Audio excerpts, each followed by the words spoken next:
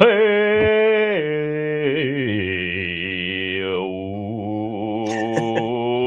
Why?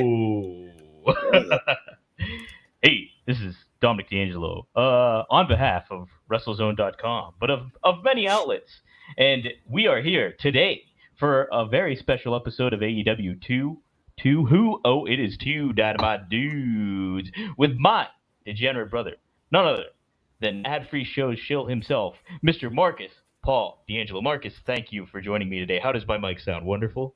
Little tin canny still. Also, my name is incorrect there. It says I'm Robert DeFelice. Well, let's fix that, huh? Hold on, that's real. There we go. Look at that. Oh, how about that? Look at that. Steven Chambers, what's up? It was a crazy week. We've got a lot to fit in. We're trying to keep this tight. We're trying to do like a 45 Marcus minutes. wants a hard 45 minutes. Hard 45 out. So we're going to give you guys 45 minutes of the best damn podcast experience you ever had. Shit you'll ever see. Here. Yeah.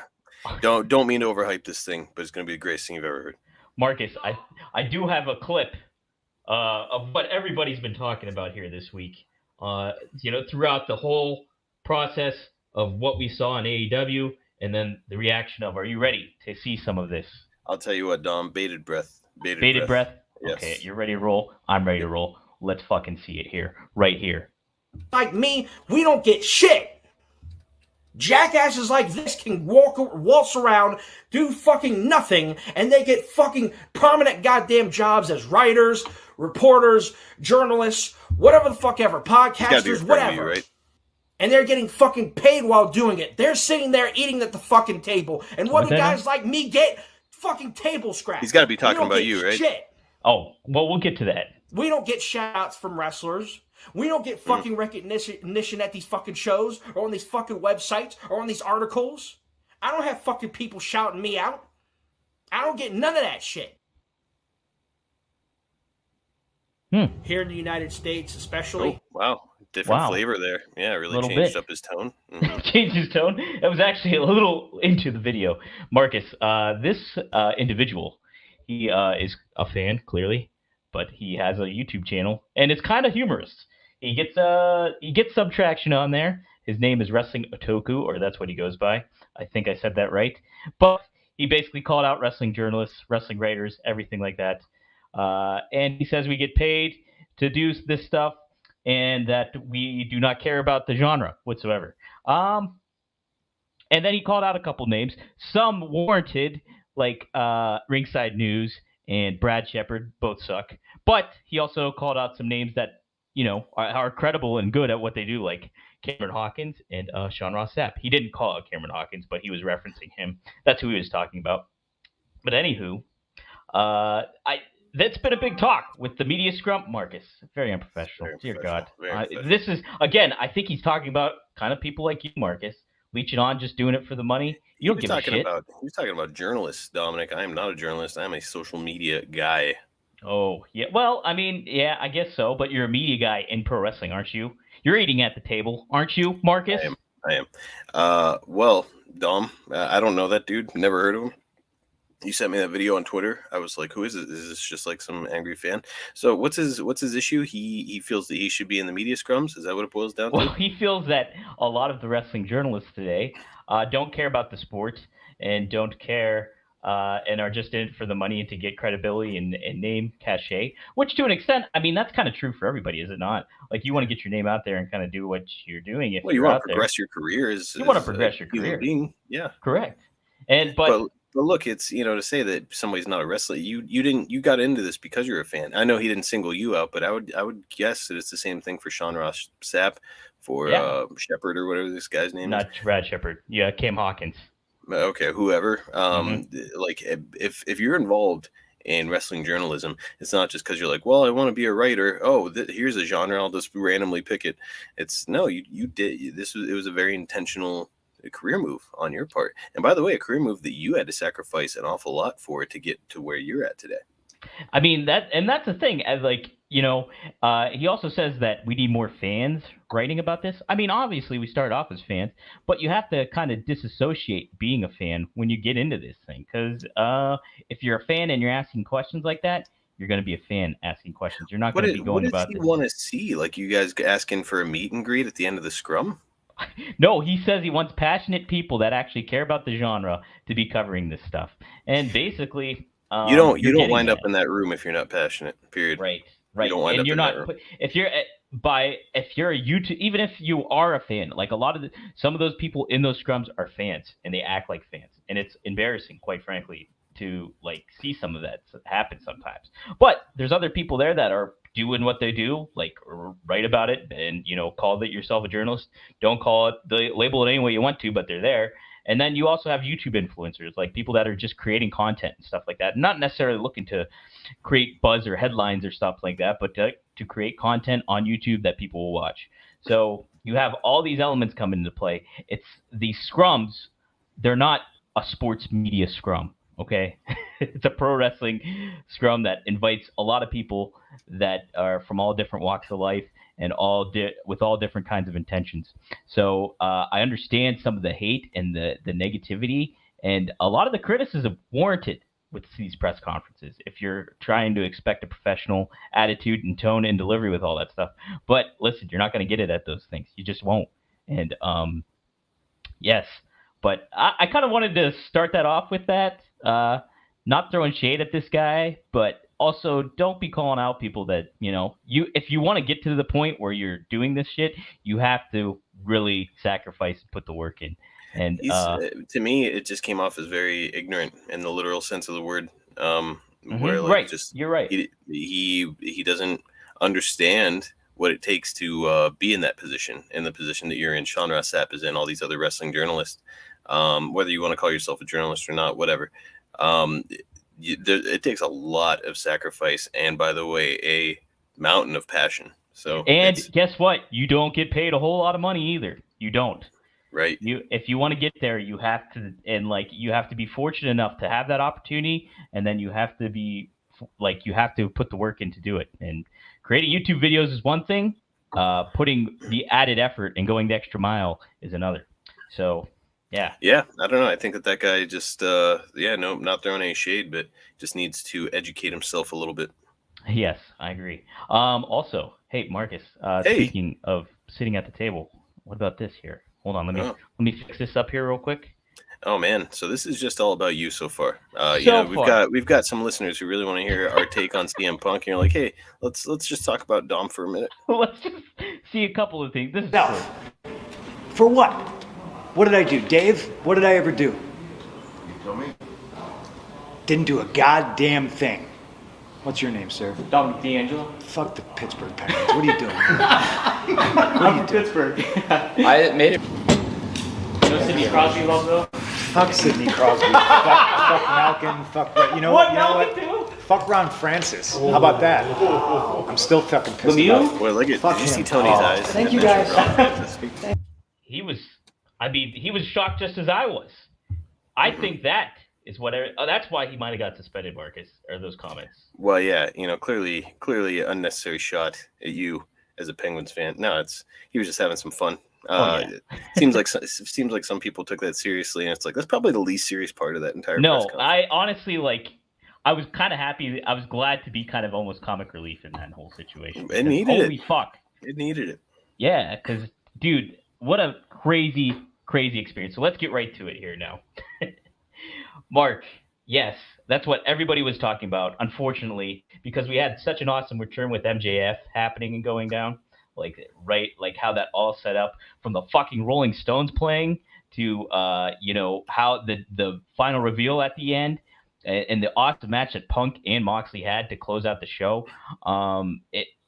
This overshadowed it all and really kind of created I haven't heard anything about his match with Moxley. So there was a title change. Jon Moxley lost. CM Punk won the title. I've not heard one word. I don't know how the match ended. I didn't watch it. I didn't hear about it. All anybody was talking about was the scrum. So the finish was awesome. The finish was awesome to that match. Nobody's made any mention of it anywhere. Ordinarily I can just log onto my Twitter and within 15 seconds it's like, oh, okay, there was the finish of the CM Punk Jon Moxley match. Nope. From Sunday all the way up till right now, not a peep. Not a peep about it. And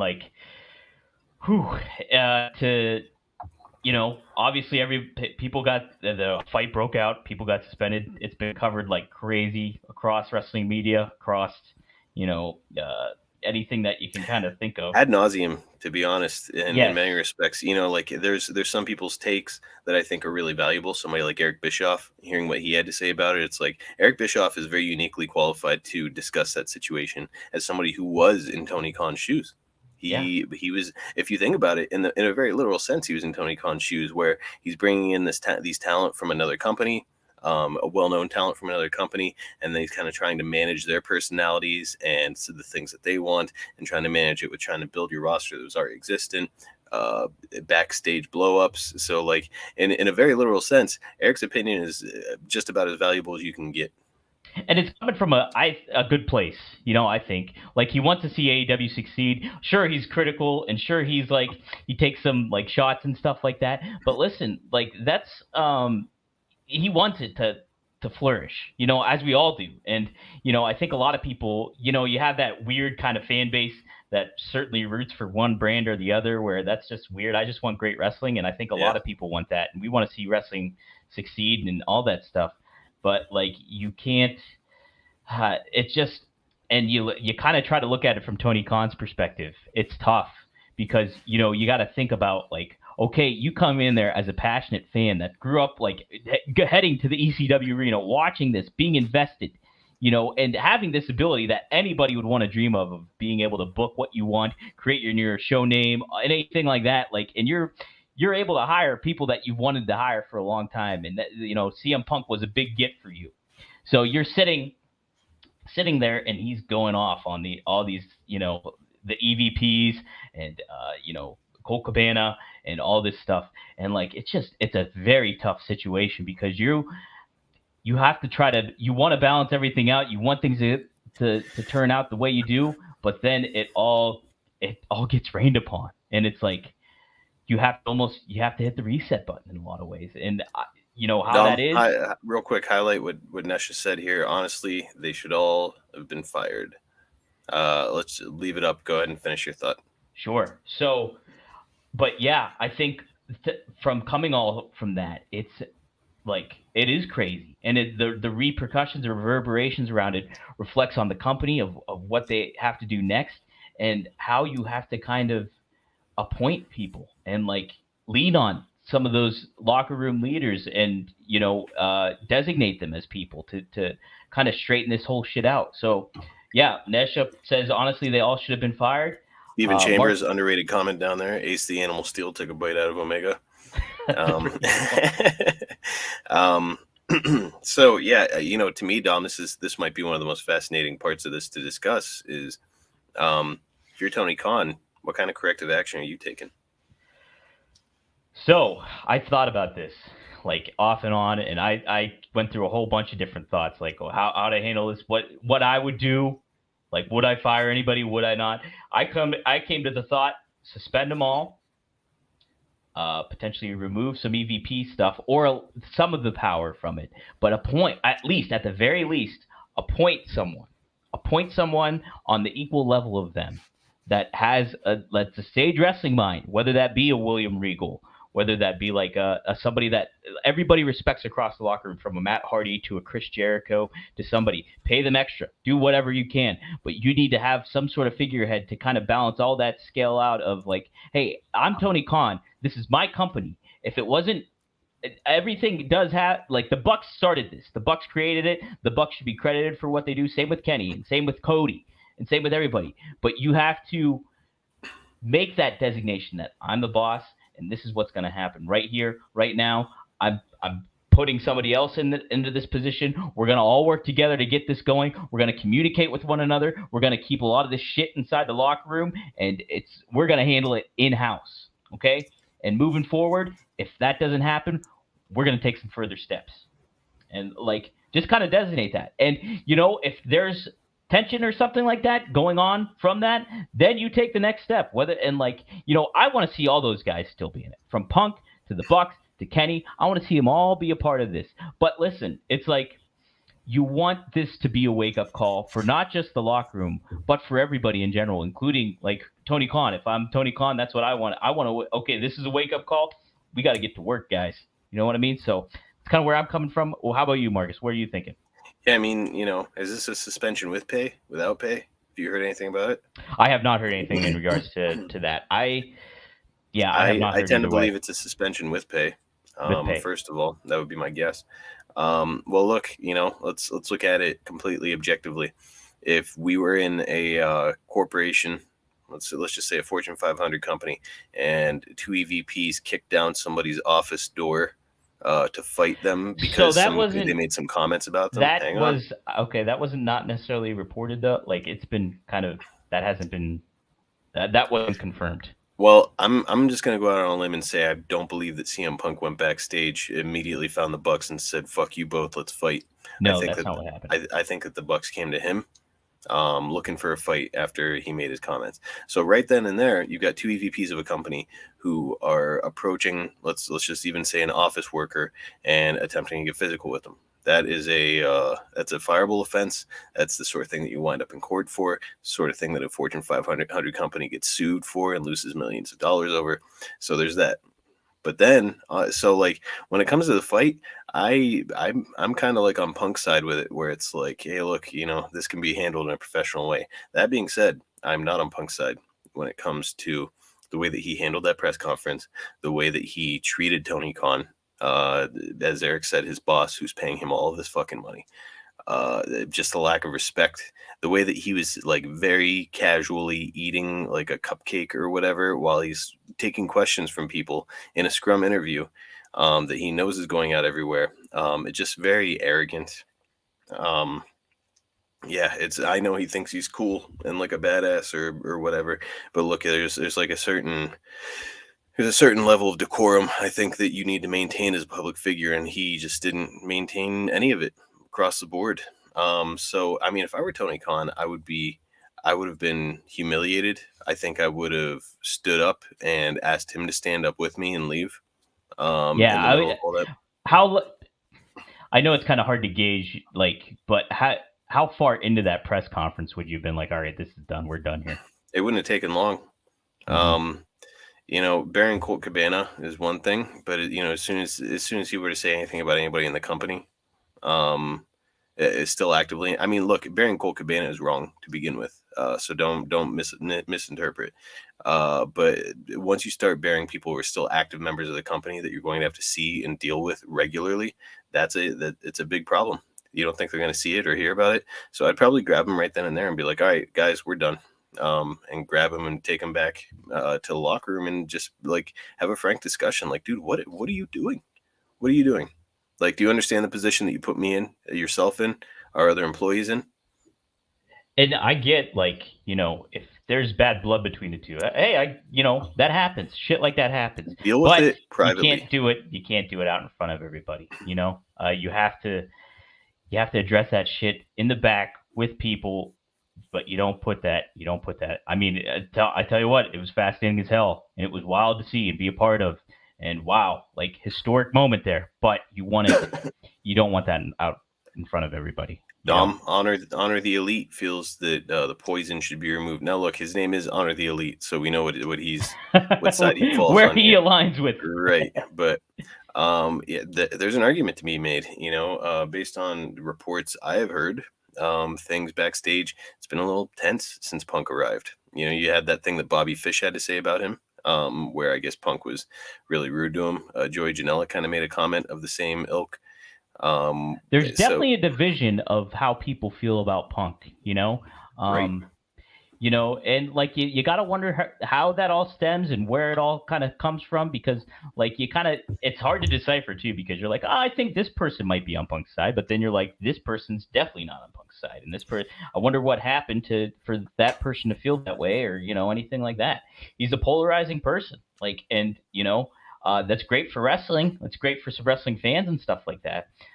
You want it to be good for the locker room too, but yeah, it's crazy to think that all this stuff and that there is a division. And honestly, Marcus, seeing some of that interaction, even with Tony Khan, like him to kind of, and he said this later on too in the press conference, he's a customer service person. So like he like talking about being a bartender and stuff like that. And like him trying to do what's best for the talent, for himself, for his business, for the fans. It's a tough thing to juggle, but you can kind of tell, though, his interaction with Punk, too, at the end of that, at the end of that, as he was leaving and he's saying, fuck Sidney Crosby and all this stuff, you can tell that Tony and him still like one another, and Punk ultimately, I think, likes being there. Like, I think there is the notion that he hates and it's miserable backstage for him and stuff like that. I think he's just, Punk is who he is, and it's just kind of an upsetting situation that's going through that he wanted to address. But ultimately, I think he likes it there. I think he likes Tony Khan. I think Tony Khan likes him. But, dude, it got dicey there. It just got dicey. So Jacob T.S. Punk came to one of our improv shows in Chicago. He was disrespectful, and I didn't even know who he was at the time. And this is just kind of thing you keep on hearing about him. And yeah, I agree. It seems to me like Tony Khan really likes Punk, and I think that he really likes a lot of the talent on the roster, and genuinely wants everybody. He wants like this kind of like wrestling utopia vibe backstage, where it's like, hey man, we're here for the wrestlers. Everybody's gonna be happy. It's fun. We're getting you paid. We're all a big family. That sort of a vibe. I think that's what he's going for. But really, you have to take a look at it more like a business, in that like there's only so many slices of pie, right? Yes.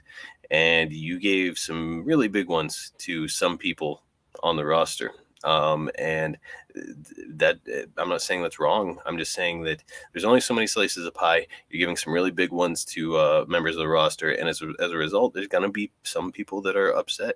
There's no, but if you were to take that large slice of pie away from one of those people, they'll be upset, and then it's a can't win situation. I think that's why, rather than looking at it from a personal standpoint, and by the way, look, you should look at it personally in many respects, where it's like, you're responsible for a lot of people and their families and their happiness, but at the same time, you've got to have kind of a business mind when it comes to this thing. Like, hey, look, I want to make everybody happy, but I can also acknowledge the fact that that's an impossible thing to do.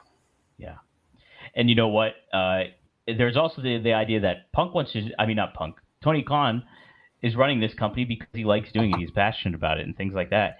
And so like Tony Khan could be doing anything in the world that he wants to be doing. He could be doing right now. Anything else. He could be just focusing on the Jaguars, focusing on the soccer team, Fulham, and he could be doing it all just that focusing on that. But he chose to do this, so he cares about it, and he cares about the talent that's there. But yeah, you have to kind of adapt that. You got to find the balance of like, okay, this is a passion project and something I want to cultivate and make big for everybody and help wrestling in general, because this AEW, if AEW is gone, wrestling is in a worse spot.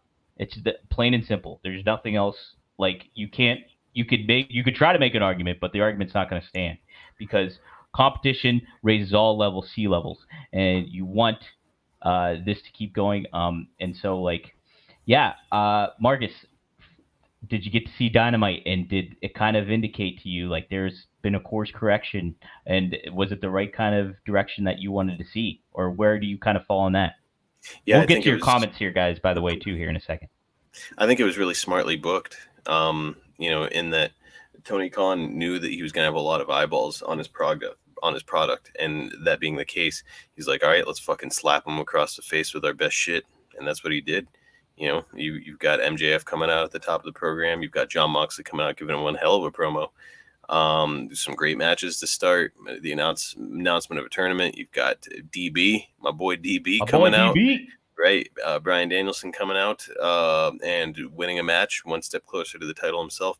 So some really good stuff going on. So I think that he put his best foot forward and tried to make the best he could out of this mess.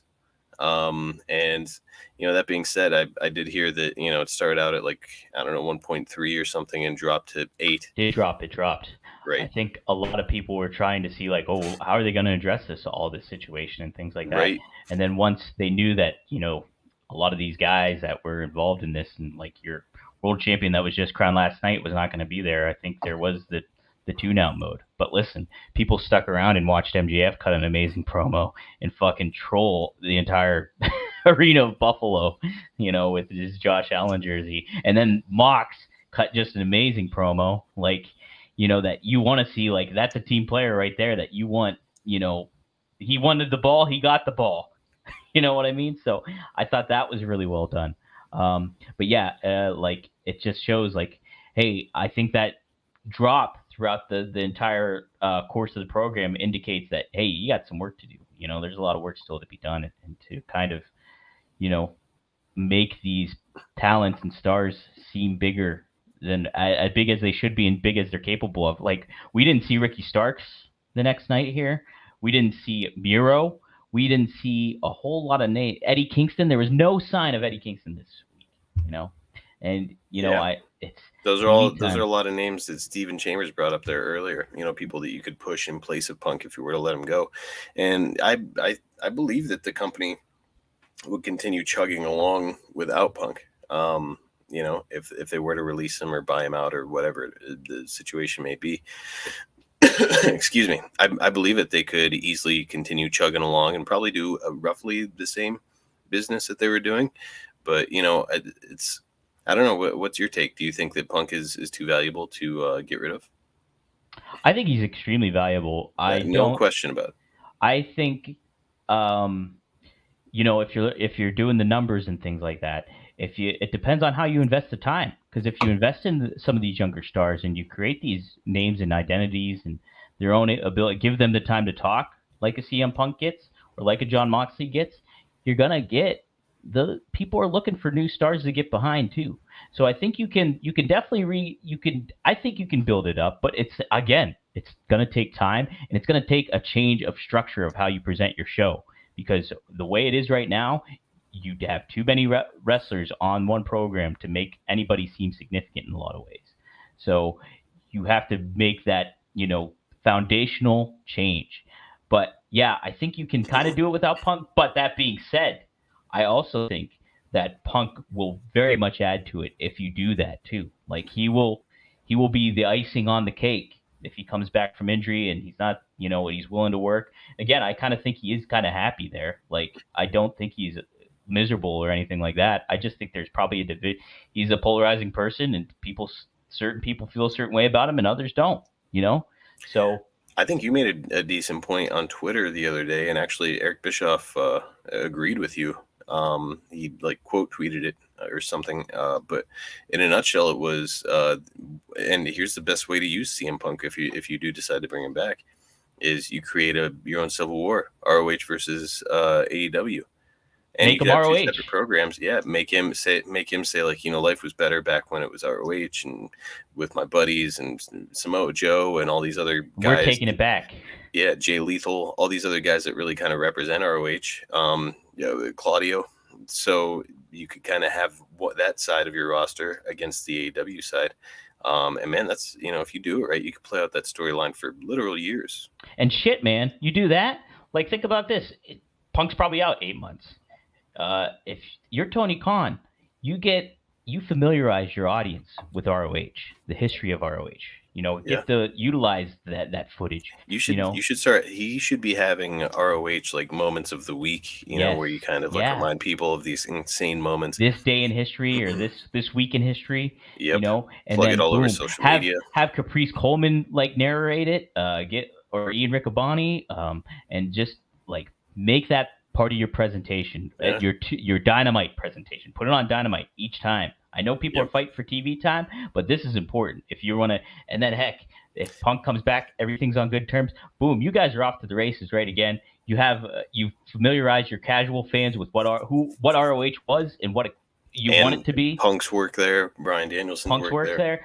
Joe's work there, Claudio's work there, everybody, and you're creating like your own thing where it's like whose side is who on, and are they going to try to get these AEW guys over as the Elite? Kenny Omega, the Bucks, they created AEW. What's going to happen next? Like, you create all this kind of intrigue that's very fascinating. Let's take a couple comments here, Marcus. You're a better reader than I am, so why don't you read that?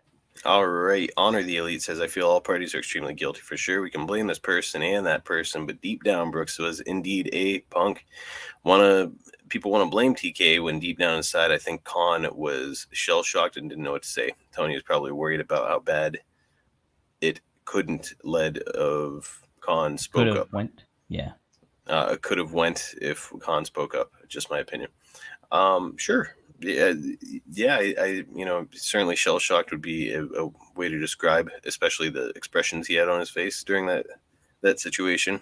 And look, it would be rough. You've got this guy that he clearly admires, probably watched for years and loved his work, and now it's like, oh man, I'm hanging out with this guy sitting beside him. Yeah, he can be a little abrasive, but we're kind of buddies. He's nice to me. And then all of a sudden he's kind of trashing you in a public forum. Imagine like one of your buddies, like one of your friends that you love and admire.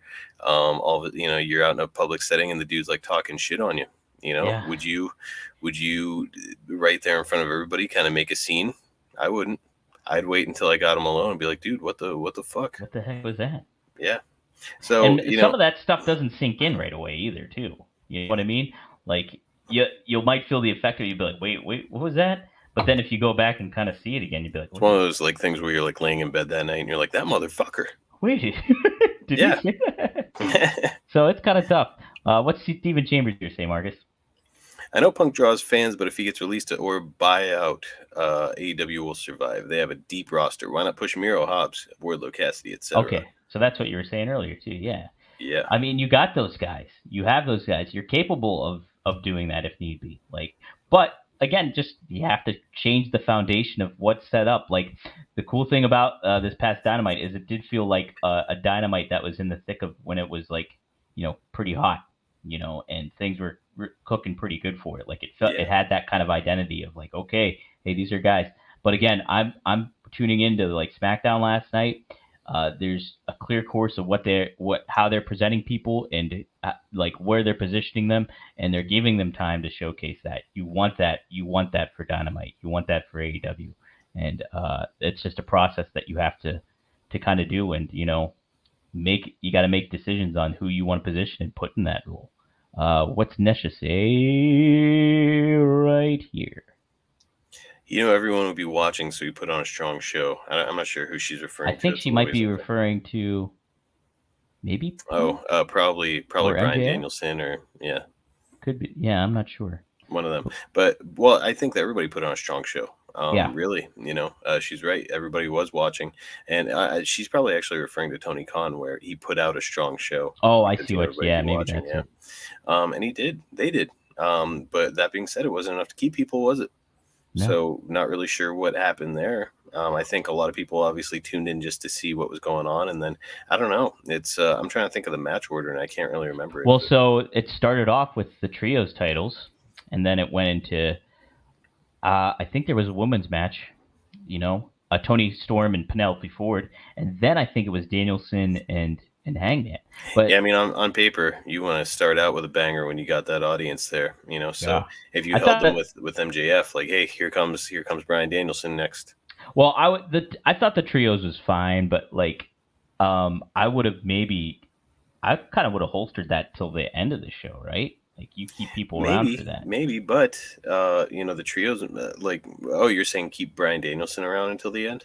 Yeah, keep Danielson and Hangman until the end of the show. Yeah, and on paper, it's WCW back in the day used to kind of keep people engaged with their luchadors and stuff at the beginning of the program. So I don't know. I think you can make an argument either way, but it's I'm hoping that we're going to continue to see growth as we had been previously, but it's going to be hard following this. I think a lot of people, this is painting the company in a really bad light all of a sudden now.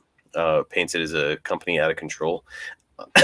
I saw multiple comparisons to WCW in like 2000 or 2001. Booker T even said that's not the case, though. He was like, with WCW, you could see the end coming. Like here, he's like, they're fine.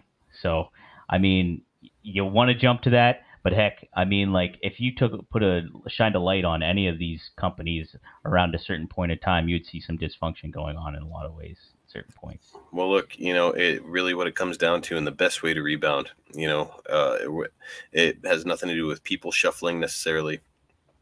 What it really has to do with is great storytelling. That's it. It's a story that's going to keep people coming back, keep them wanting to come back, leave them saying, what's going to happen next week? Like, holy shit, I got to DVR this, or I have to watch this.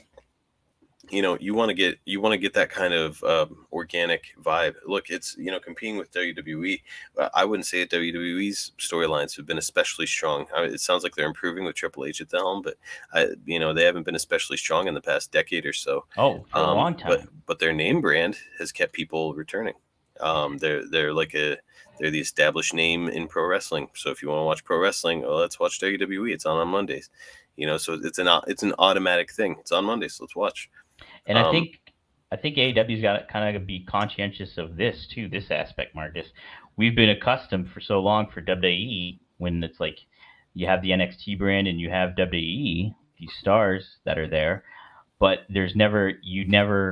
you always expect the worst when it comes to these stars. Like, what's going to happen to them? How are they going to get booked by Vince McMahon and stuff like that? Well, Vince ain't there anymore. It's Triple H, and so fans have this opportunity to get invested into these stars, into a Drew McIntyre, into a Karrion Kross, into a Sami Zayn, into a Kevin Owens. And if you have that if you can put your chips behind them finally, that's tempting to watch that product. You want that for AEW because if I put my chips in, I see Lance Archer getting positioned with Jake Snake starting off, and he's in this manic backyard wrestling scene, and Jake Roberts is laughing like a maniac, and Lance Archer is just this unstoppable, crazy, erratic monster that's just dominating people. I want to get invested in that. But then if you pull Lance Archer away, and he's gone for weeks on end, months on end, why do you care about him when he returns?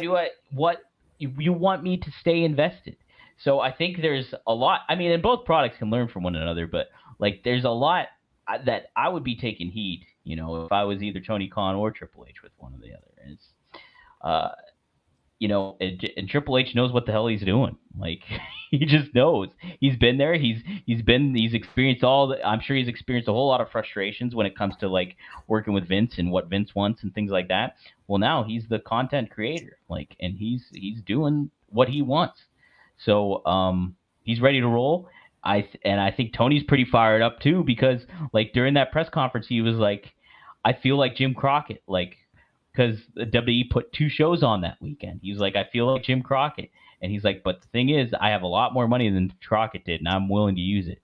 So you can tell there's shit want to go down. So it's you want to create that game plan. The best way to do it, get those guys.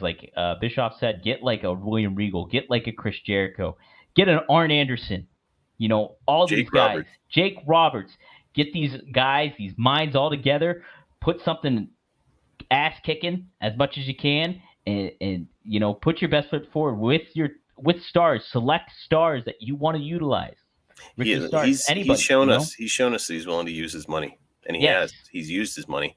I firmly believe, Dominic, that he could turn around next week and sign John Cena, and then get Roman Reigns, Brock Lesnar. Let's name them all. And he'd pop a rating, and I think that things would be gangbusters for a couple months. And then if there's not a good story to back it up, fans would get used to it and say, okay.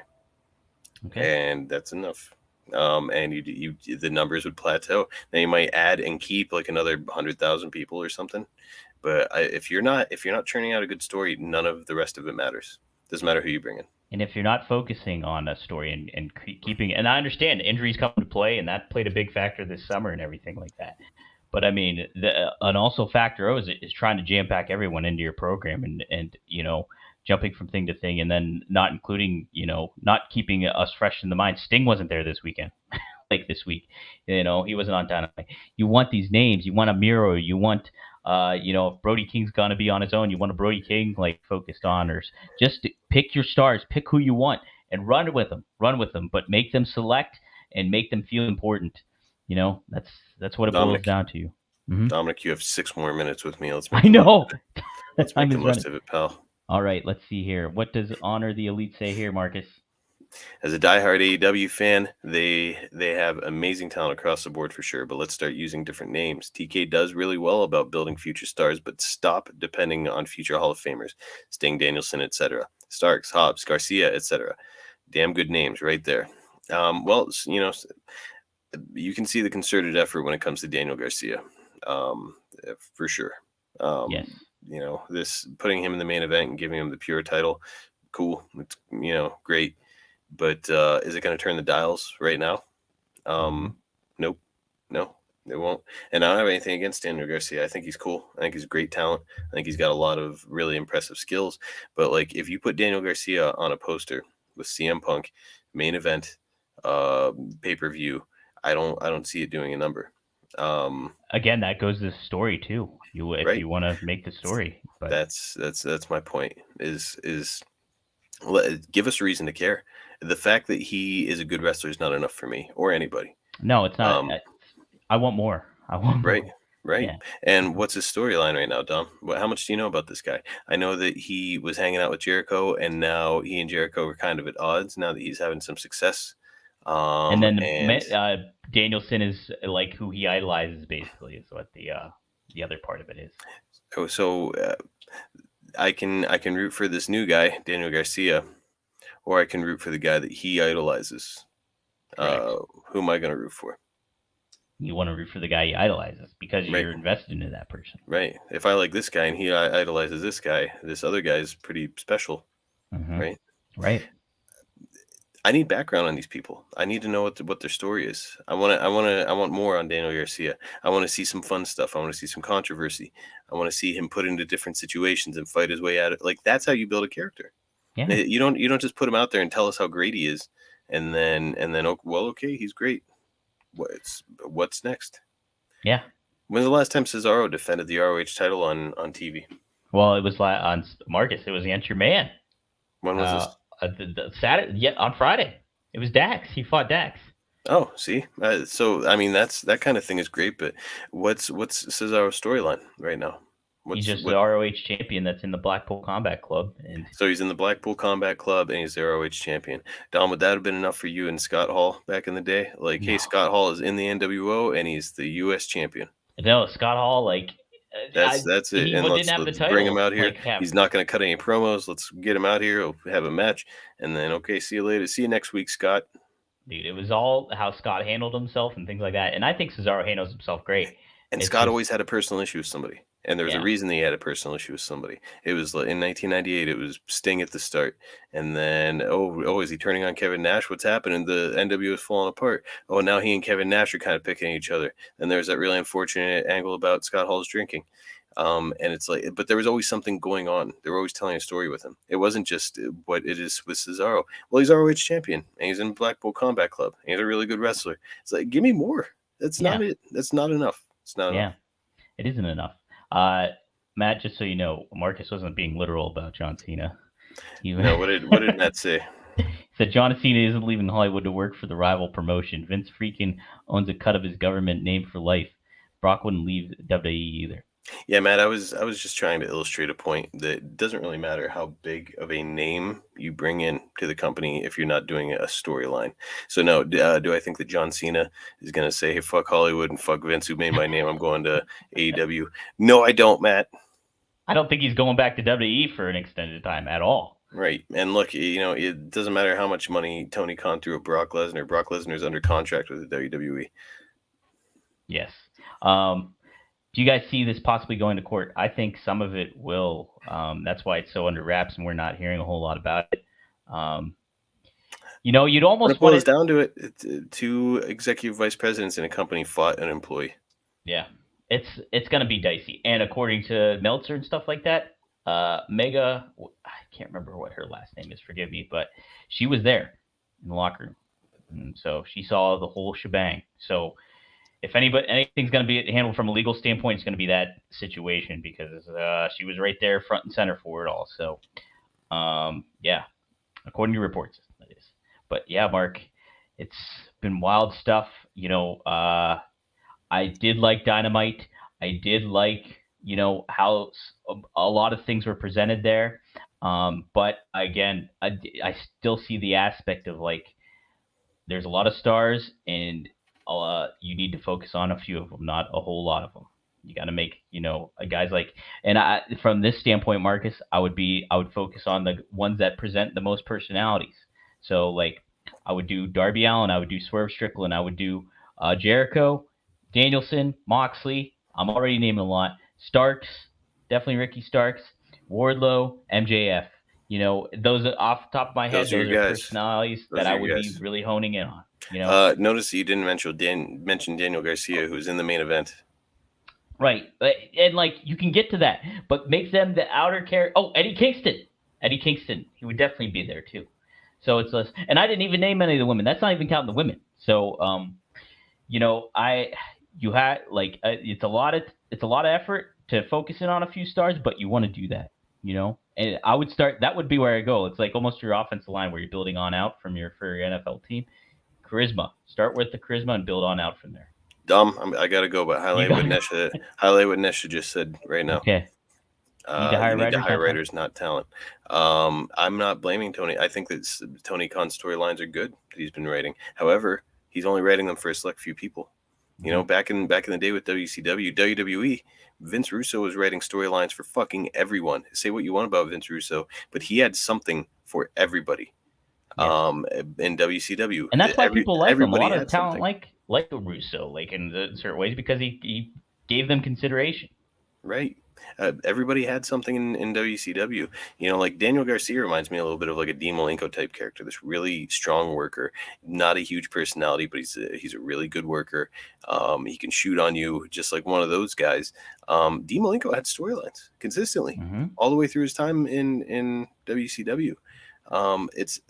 We're not getting enough with a lot of these characters, and I think the solution is what Nesha said. You need to hire writers, not talent. At this point, you should be trimming down the talent roster, and you should be focusing on, okay, who can I promote to a position who knows enough about wrestling in the direction I would like to see my company go in that can help me. Right. There's a lot of minds you can apply there, Mark. A lot of minds. Mark, before we go, what's going on over there at the ad-free shows? Man, we just wrapped up Top Guy Weekend last week in Chicago. It was an absolute blast. Stage shows. There was the live pro wrestling. We had the wrestling showcase happening right inside the building with us. Big stars there. Big stars on stage. Hall of Famers. Meet and greets. Autographs. It was, I mean, you know, the ultimate pro wrestling fan experience. And I know that sounds like a bunch of BS just because I work for ad-free shows, and it sounds like okay, too good to be the ultimate experience. No, for real, it is the ultimate experience. You can't go to any like a WWE Access and then go to the bar afterwards and have a couple drinks with some of your favorite guys. You just can't. It's not going to happen. Mike Chioda was out there, a great referee on the last night. Chioda's awesome.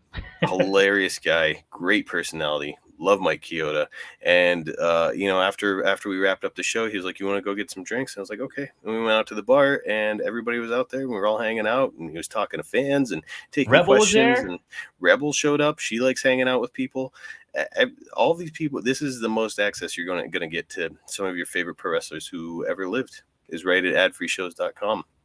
If you can afford it, get over there and become a member. You know, it's really affordable. $9.99 per month is the base, but you can work your way up to $99.99, which sounds like a lot of money. But that's how you become a Top Guy, and that's how you get an invite to Top Guy Weekend, where you get to come out, spend your time with these wrestlers, and get truly the ultimate wrestling fan experience. If you're a wrestling fan and you're not doing this, find a way to do it, because it's as good as it gets. It was a good time. People and a lot of the top guys there, they were talking about how they wanted to do stuff, you know, that's loosely associated with ad-free shows, but they want to just get together and hang out, like with one another, and like plan a trip with one another and go do something, whether like ad-free shows was there doing an event or not, kind of thing. So it's very communal aspect going on and stuff like that. So, Dom, do you agree that with Steven Chambers that if the Acclaim win the titles, you and I should wear a Scissor Me Daddy ass shirt? I'm not against it.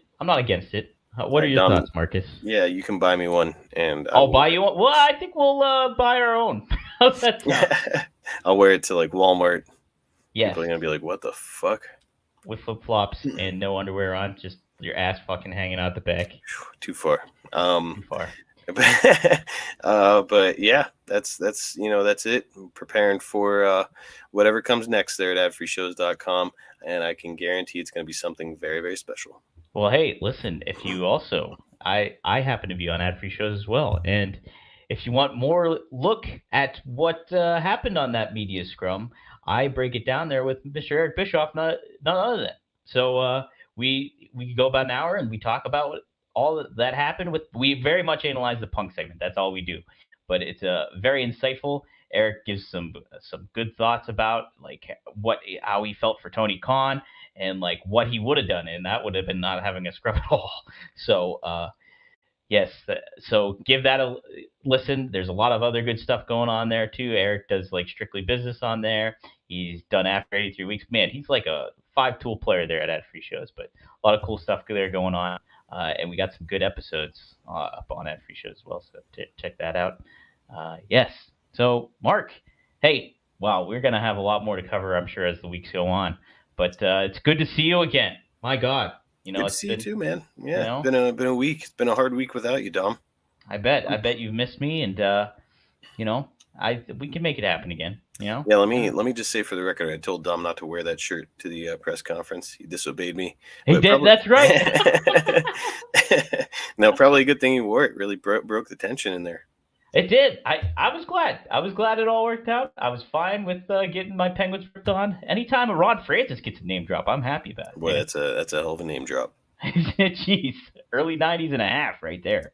Nesha, we missed you guys too, yes. And should be back next week. So we'll look forward to seeing it right here on two.